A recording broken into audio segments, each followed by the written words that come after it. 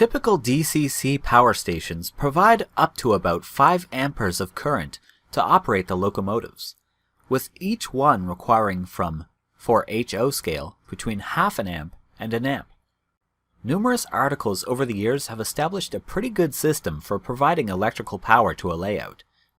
It is generally agreed that a system of feeder buses with drop attachments for power blocks is the preferred method to distribute power around the layout.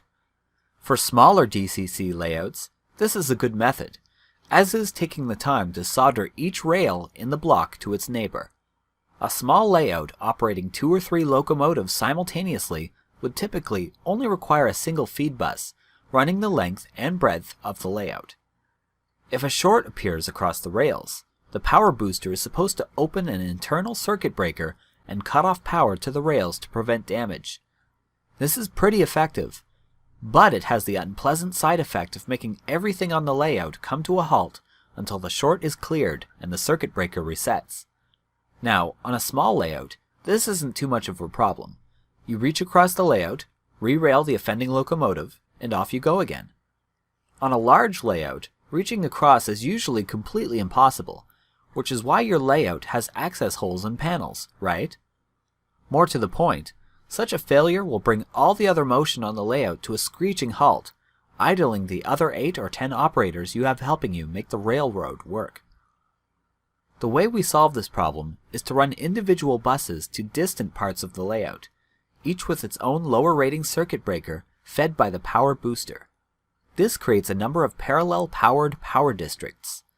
When there's a short in a power district, the circuit breaker controlling that district opens and protects the layout without affecting any other parts of the layout. If the large layout has existing block control, the power district can replace the control blocks because they are already insulated from each other. This is a good basis for a preliminary design of your power districts, but might not necessarily be a good fit for divisions.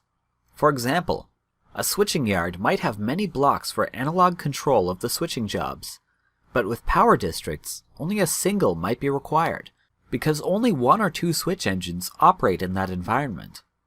Because the blocks are already insulated, they make good starting points. The key feature of power districts is that they also can be insulated from each other.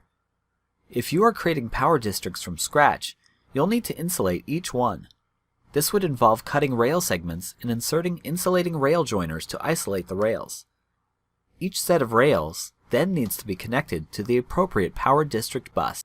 How DCC systems work and how DCC lighting operates is covered in Part 2.